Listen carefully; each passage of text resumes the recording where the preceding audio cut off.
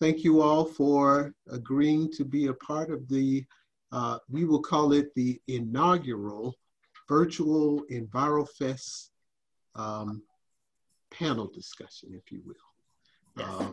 I'm James Richardson. I'm the program administrator for the Jacksonville Environmental Protection Board, and I have three distinguished artists, activists, if you will, with us, and we're going to have a quick conversation with them.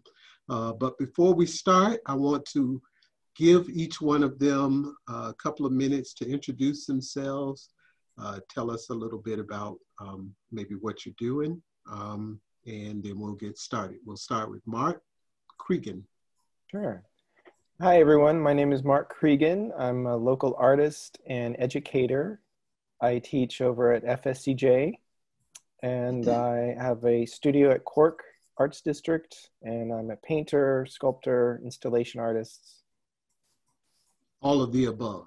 Yes. All those fun things. Musician. Okay. Good. Well, thank you for joining us today. Suzanne, you want to tell us a little bit about yourself? A little bit, is that possible? As much as you want. I am also a visual artist. I am the director for housing and community development at the Jacksonville Urban League. I'm founder and co-founder of the Art Center Cooperative and Jacksonville Cultural Development Corporation. And I am the chair of the Historic Eastside CDC. I live and work in the Eastside neighborhood where we are working on revitalizing the area through creative placemaking activities. So it's nice to meet everyone. Excellent. Thank you for joining us. And the distinguished Ms. Shawana Brooks, want to tell us about yourself? You know, like Suzanne said, very little. Thank you guys for, having me on the program. I'm so excited to be on this inaugural panel discussion. I like to do a lot of different things out in our community. I'm known for being a curator. I'm also a literary artist. I have an exhibition up right now that's called, it's like Musings of Motherhood. I also try to be really organically involved with the creatives in our community, working with them closely, different nonprofits and businesses to try to see how we can intersect, art and community together. So I'm the founder of 6 Feet Away Gallery, which is a public arts agency created to help develop Black artists and to get them out to community engagement and to talk about the public art in a really interesting way. And newly, I'm also the executive director for Jacksonville Cultural Development Corporation. So a lot of exciting things are happening, I think, in our community, and I'm just a really valued member to try to do my best to be nosy about it all. Well, good, good. I'm glad that you have stuck your nose in this. So, so Envirofest was something I worked with the Comer to create a couple of years ago. It is meant to be a festival where the museum is free to the public, but it's a festival that kind of celebrates the arts and joins the environment as well. So in past years, we've had a in-person festival event. We've had a number of environmental organizations at the museum sharing information about what they do to make the environment better for all, and combining art activities with that as well. We all know what's happened. So now this is the first year that we'll be doing this and extending it virtually. As a part of that, I wanted to do this, a little panel discussion around the topic, art in the environment, inspiring beauty, action, and justice. The thought behind it was to sit with you and just talk for a few minutes around a couple of subjects tied to that. So let me start with, the topic, art in the environment, inspiring beauty, action, and justice. What do you think that means to you, Shawana? Well, that's very lengthy, but I love all of those, words that you're talking about, like justice and art and the environment. When I think of that, I get really caught up in environmental justice and the ways that that navigates so much of what we're going to talk about right now, right? I love what Suzanne does for the Urban League, but environmental justice also rests around housing. It rests around how you're able to, you know, get your food.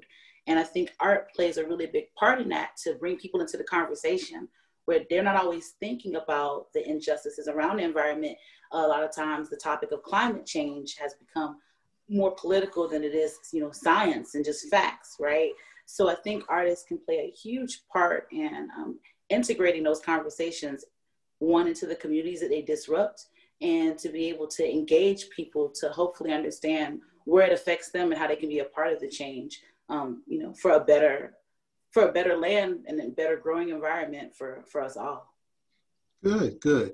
We won't necessarily do this with all questions, but I do want to give each of you an opportunity to kind of react to the title and share your thoughts. So Mark, when you hear that title, what do those things mean to you? Well, just to add to Shawana's insight, you know, there's focusing on sort of the role that artists can take in also just documenting the environmental change that's happening. You know, photography has a huge role in that. Plein air painting, installation artists that you know, actively engage with materials found in the environment, and both urban and rural sections. And so I think that I think artists, like they do historically, is just shine a light on important change and developments in important areas of society. And certainly the environmental justice aspects is very important. You know, how people are living, how people are getting by with, you know, their water supply being affected. There was just a story on NPR the other day about the fact that a native land area, the change of their local environment was so extreme that just in one generation, their river that was on their land is no longer, they can't use it for what they used it just a generation ago. So I think artists, writers of all types can have a role in documenting that and poetically expressing what that can do to a society and to people. Excellent, excellent. And Suzanne, what about you? So for me, as I tackle this subject of art and environmental justices or environmental injustices and creativity, being here in the East Side neighborhood, which is a very low income, underserved neighborhood that has its own set of challenges. We have several brownfields in our neighborhood due to a lot of industrial businesses that were and still are here on the East Side. We have a huge challenge with blight and, you know, trash getting into our soil, you know, pollution of the water. Eastside has one of the highest rates of asthma among young children in Jacksonville. So using my platform as an artist, we have some really great projects using my platform as a creator, as an artist, and as a creative placemaking strategist, to bring awareness to and find solutions for some of these environmental issues in our community. Excellent, excellent. Well, Mark, you talked about materials and things that trash, if you will. I think amongst the panel, you are an artist that sometimes uses, we'll just call it discarded or no longer used materials, and kind of melded together into an artistic creation. Tell us a little bit about that, and how do you do that? How do you meld it all together to create something that reflects the environment? Well, I'm not sure if my art specifically reflects issues related to the environment, but I think like a lot of artists, all artists today especially have this sort of tangential relationship to the environment, because there's so much waste that is used that comes about from making art. And I think that for me, my approach to sculpture, installation, and even a lot of my paintings where I add materials, collage materials into my works, it's mostly focused on a formal basis, but you can't get away from the fact that, like the fact that years ago I had an installation at the library that Shawana curated me into, and I used pretty much everything that I had in storage, like all the materials that I usually use, and I just put it in this one huge installation. And so for that brief moment in time, all my materials were sort of set in, sort of like they were in this in-between world between not being waste in the sense they're in a landfill, but they're also in a temporary situation, so that after the exhibition, I put everything in boxes and they're in storage. So my relationship to my materials and to my art is I almost feel this dual sense of pride in the fact that for a brief moment, at least, I'm able to hold on to materials and keep them from the landfill in the duration that they're either in an exhibition or in my storage area, but knowing, unfortunately, that at some point, so they're like in this holding pattern where at some point they'll be in a landfill, unfortunately, unless some museum, purchases it or something. So, but I think that's true even for painters. I mean, we have to recognize the fact that the materials we use can cause harm to the environment and to people's bodies. Manufacturers are addressing that more recently by making sure that the materials are less toxic, but that's always going, regardless, even if your art has nothing to do with the environment, you're always going to have some sort of connection and have concern and need to be responsible about that. Excellent, excellent. So, some people, beauty is in the eye of the beholder. And some artists concentrate, if you will, on environmental themes. Do you find that it is something, a medium, if you will, that is growing in popularity? Do you find are there more people out there to support artists who kind of focus around environmental art? And any one of you can speak to that. Just a few years back, speaking of what Mark said, I think of that awesome installation that he did. And so it's kind of got me thinking now of like a lot of the other shows that I previously curated. One specifically was around artists who use found objects or reclaimed materials in their work, right? It was called Reclaimed: Life Beyond the Landfill.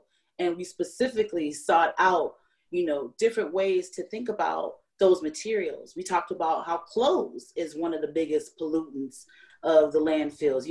People like to sometimes, refer to me as a fashionista, but I always say, I'm definitely an environmental fashionista in the way that I like vintage clothing, right?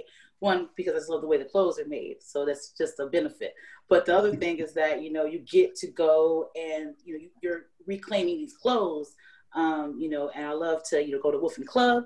Wolf and Club is a great place to be able to purchase, these vintage items. And there are some other great, boutiques. And I get so thrilled of thinking of that. And when you think about fashion, when you think about installation artists, I think it's not that more artists are becoming involved in that. I'll let Mark talk more to like the history of reclaimed, artists, but we've seen that over the years. And where it comes to a lot of times minority artists, when they're using those things, they get bunched into either a folk category or, naive artists or artists that, don't know about using fine quality oils, right? Or things like that. So I think you have to a lot of times think about the way that artists also serve in their community. Once people know that those kind of artists are creating, normally things just end up on their doorstep. So there's kind of this resurgence of, okay, I'm cleaning this up, but I don't want to like Marie Kondo everything and get rid of it, right? How can I either give it to someone who I might know or this other artist who can be able to reclaim those objects and to turn it into something amazing?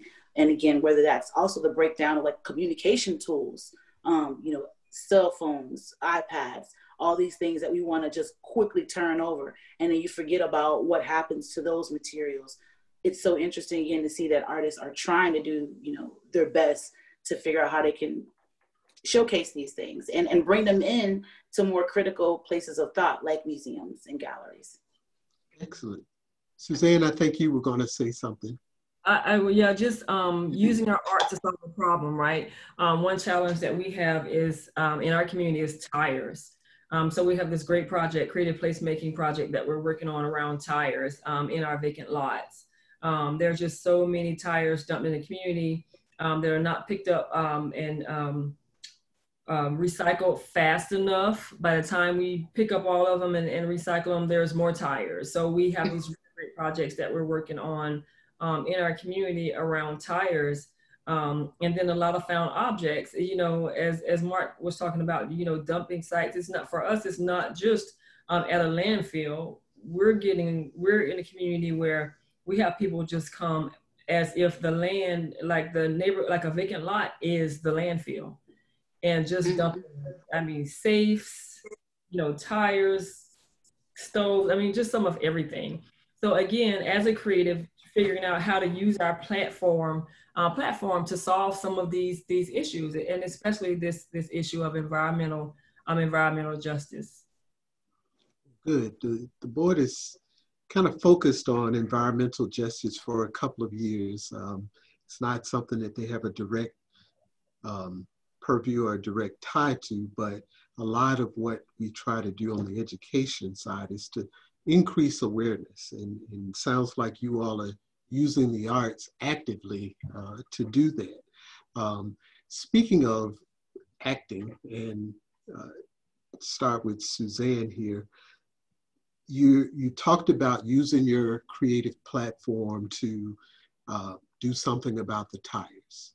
Mm-hmm. Do you use art, or do you see art as a vehicle to kind of inspire the community to take action on issues, whether it's environmental justice or anything else? Oh, absolutely. People are visual. So, and we love to look at beautiful things. And if we are walking and we see something really colorful and creative, we'll take the time to read it.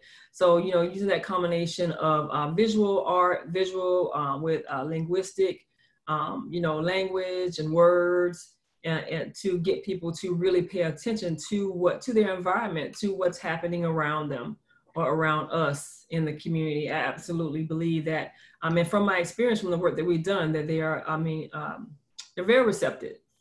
Art is definitely a great strategy for creating awareness to any issue. Excellent. And I know Shawana has something to say about this, given the big project that she's leading now. Tell us how you see art kind of activating and inspiring the community around topics.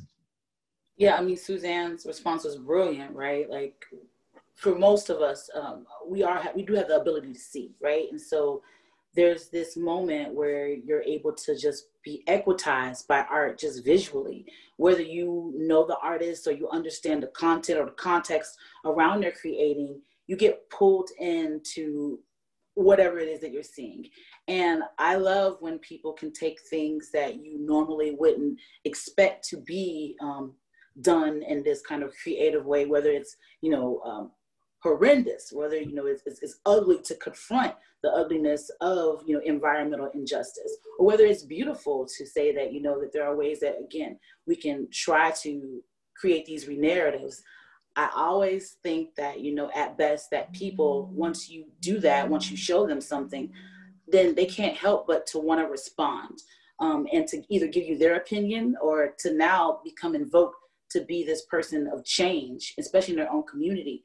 But we have to be realistic about where people can interact with those different things, where they sit in the nexus of their communities, and how can we bring in more people to talk about the needs of those neighborhoods. So yeah, like I think, you know, art again really does help to marry those conversations. And if more people can utilize artists, they help to storytell. So, you know, in thinking about what the environmental board is doing, I think you would agree, like art is a big conduit to bring people in to really help to manage those conversations. Excellent. We'll get Mark in here. Before I let you go, tell us about Color Jacks Blue. That's what I was really had in mind. Tell us well, you know, how you're using art there to inspire and activate that community. Yeah, I think there's a lot of different ways to be an activist, right? Many of us, unfortunately, can't always get down to the front lines to be right there in support of the people who are, you know, demanding for that change. And I try to do my best to support those efforts when I can. And so as the election was coming, and several elections, like whether we were having our primaries and we're getting ready to have our national election, I thought of, again, the neighborhood and the community and what I was surrounded in, and looking at the statistics of their voter engagement.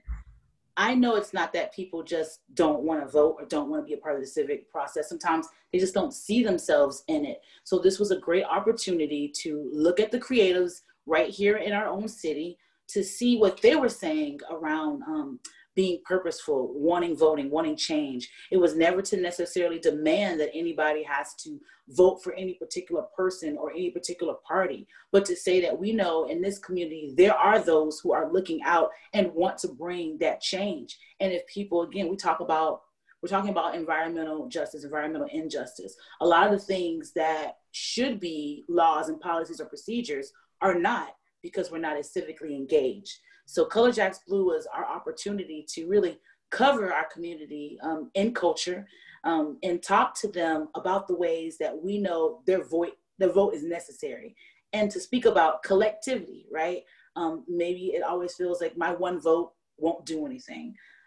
That's not always true. I mean, but sometimes it does feel that way between gerrymandering and thinking of the political process. But I think if, you know, I know that I'm voting and I know you're voting and I know so-and-so is voting, then we have this chance to say, okay, what is it that we want? What is it that we need? How do we, again, talk to people? And our vote is our voice. So Color Jacks Blue is amazing. It's been going on since July. We're getting ready to wrap up as the election time is getting near, November 3rd. Please vote. Please vote before then if you can, but also just to say, you know, it's important to value those voices. Excellent, excellent. Now, Mark, you mentioned FSCJ. Did you say you were a teacher, an art teacher? Yes, I am. Tell us about the youth or the up and coming artists. Are they inspired by the environment at all? Do they think about it? Does it come through in their art and the things that they want to do with art? I don't know specifically their artworks, but I do know when I do have a chance to teach art appreciation and art history, that is a topic that comes up a lot, because I know that they are concerned, especially if they're studying art just in a general sense, what artists are saying today. For example, every time I teach art appreciation, I always show this movie. I forget the name of the movie, but it's a documentary about the artist Vic Muniz, who is an artist who uses literally trash. He is a Brazilian artist, international artist, and he goes to the different landfills of his country and hires people who work on those landfills. And this documentary kind of takes you through this process, pays them good money, and they help him make this art. He takes pictures of that art, he then sells it and then gives it back to the community, the funding for that. So in a sense, he's a good example. And I think it happens in my classroom and it happens in art in general. And I think Shawana's doing it with Color Jacks Blue, that artists and art is this sneaky thing where at one level, even if a person isn't even thinking about the environment or thinking about voting, as an issue. They're going to be attracted aesthetically to this work. And maybe from that process, that's the hook that gets them into thinking, oh, wait a minute, there is a deeper issue here. And so that is exactly what happens in the classroom, especially around that particular artist and other artists, where, yes, let's look at these amazing images where he's making images of reproductions of famous artworks or portraits. He did a portrait series of African children using sugar, addressing the issues related to that economic and social issue there. But when you first look at it, you think, oh, this is an amazing image. Then you unravel the layers and you get the deeper understanding, and that is where the awareness comes in. That's what art can do. Well, I don't know that you did it. Part of the timing of Envirofest is kind of timed to coincide with the opening of Cross Pollinations, a big exhibition at the Cummer. And I believe that artist has a piece in that exhibition. So you'll have to make sure and direct your students towards that. Keeping on this theme of youth for a little bit, Suzanne, tell us how you use art to kind of activate and educate the youth particularly in East Jacksonville. Are they involved and engaged around topics in art? So every one of our projects that we have, our creative placemaking projects, have involved youth to give them the opportunity to express themselves, but also give them an opportunity to be a stakeholder in that project, to say, I helped make that, I helped create that. And in that process, you're educating them on, it will just take, for example, the Axe Handle Saturday mural. We work with youth from UNF. And as a result of that, a lot of youth that had never even heard of the event, and adults as well, but the youth, they read the book, they learned a powerful story about segregation. And so we have 3 other murals, and all of our murals, again, we have included youth in all of our projects. We have, right now we have a Healthy Neighborhoods initiative, and we've actually gotten painted drumliners from the Cultural Council that they had for years, because we didn't have garbage cans along Ayfield Randolph Boulevard, and we just kept asking and never could get them. So we got those, and we had the youth work on those, and it's amazing just how transformative that is to teach young people, about just throwing your trash in the garbage can. They do what they see. If you're walking down the street and that's all you see is trash on the ground, then of course you're going to throw your trash on the ground. A mindset. But we're excited about our project with youth using art, as a catalyst to say, hey, let's paint this garbage can, and they'll, make them a part of that process, and they'll always remember, their part in, just keeping the land clean, environmental protection. Good. So all of our projects are centered around youth engagement and youth education. So the trash can liners are along A. Philip Randolph. Are there other places where we can go and see some of the art that your students and residents have done?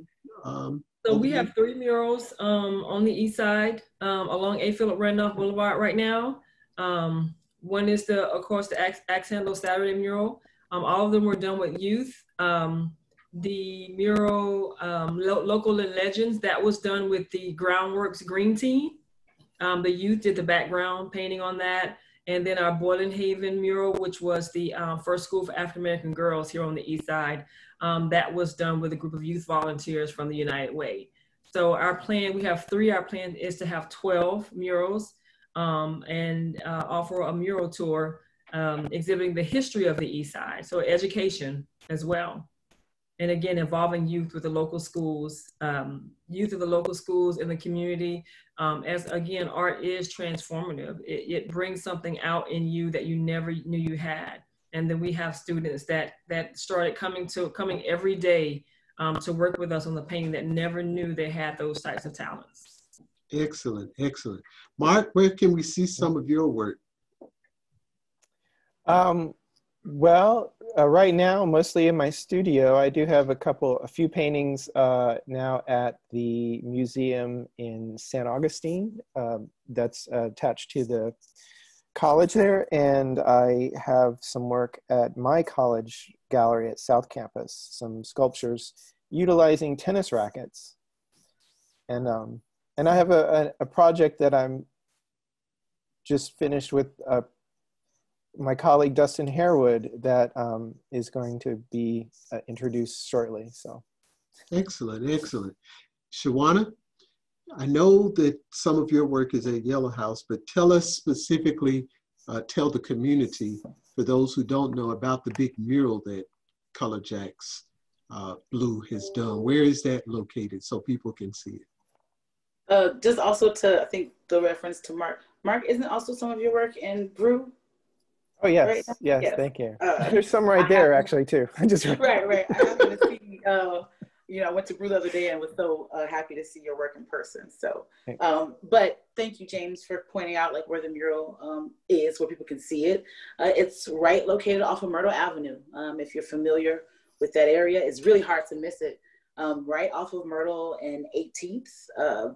I love that you can come up any way from, if you're coming down from King Street and coming up, or if you're coming from MLK Expressway, you get so many different ways to view and look at the space. So we just encourage people again to come out while the artists are out there creating. Is always a really good time. Sometimes that's mostly in the evening, just to see artists in action, right? We love that, for the most part, that front side was done by all Black women, about Black women.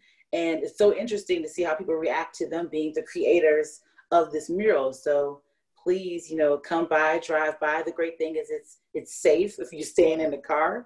If you want to talk to the artist, stay 6 feet away, wear a mask, but you can always come out and say something too. And we're getting ready to bring back our 6 Feet Away gallery, which is our pop-up space where we look at different green places around our own residence in order to be able to bring in different arts and values.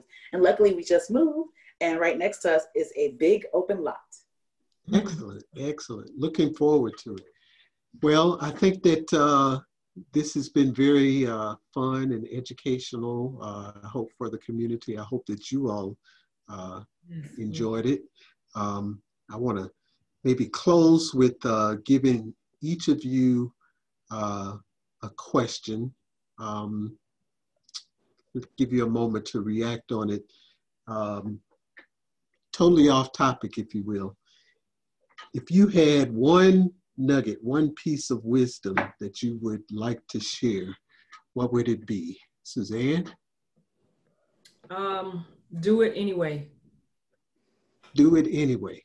No matter what you think, no matter how you feel about how it's going to be received, or what people are going to feel, what others are going to feel, if you feel it in your spirit, in your heart, do it anyway.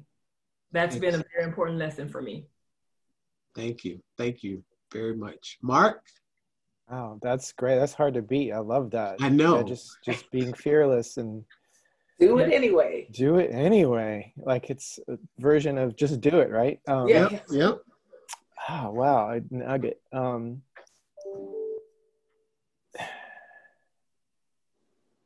Yeah, I guess that's overtaking my mind right now. Just that idea. Just sorry, Mark. Do it. No, it's great. Fantastic. Whoever went first was going to set the stage for everybody else and steal everybody else's thunder. I'm going to just do it anyway. They're like, that's just not going to work. I'm like, I'm just going to do it. Well, if you don't have anything right now, I'll come back. Shawana, you have something? I know you always have. I guess mine would be like, to change your relationship to failure, right? I always think of how people talk about like, the things or your ideas or whatever. And they get so challenged by who they don't think is going to want to be a part of it. But you learn so much, honestly, from whether you have success or whether it's on the other end of the spectrum. So I never think about failing. I think about failure as learning. So change your relationship to failure. Excellent. Did that mess you? I hope that didn't mess you up too, Mark. No, I think you just added to that whole idea. That's great. I mean, that is definitely something I try to live by. And I used to think failure was I used to get wrapped up in that idea as an artist so much. Like everything I did, I had to push the envelope and stuff. But now I just find it's just one of the cogs in the process. You just got to go through stuff. It's like you go through something in order to get to that thing that you're after, and that's in everything in life, I guess. So that's a nugget of wisdom. That is. I don't know. I don't know. That is. I'm just adding to your great ideas. That's all I'm doing. Well, again, I want to thank you all, Suzanne Pickett, Shawana Brooks, Mark Kriegen, for taking the time to talk with me for a couple of minutes around the topic of art in the environment, inspiring beauty, action, and justice. I want to thank the Cummer Museum for partnering with the Environmental Protection Board to put forth Envirofest. I look forward to this continuing for many years to come, and hopefully the virtual aspect will be something that we add to maybe an in-person aspect going forward. So thank you all again. I hope to see you all in person sometime soon, and if the Cummer can do anything for you, let us know. All right, we sure will. Thank you so much, guys. Yeah, thank you. Thank you. So great to see you. Thank you. At least this way. Bye. Goodbye.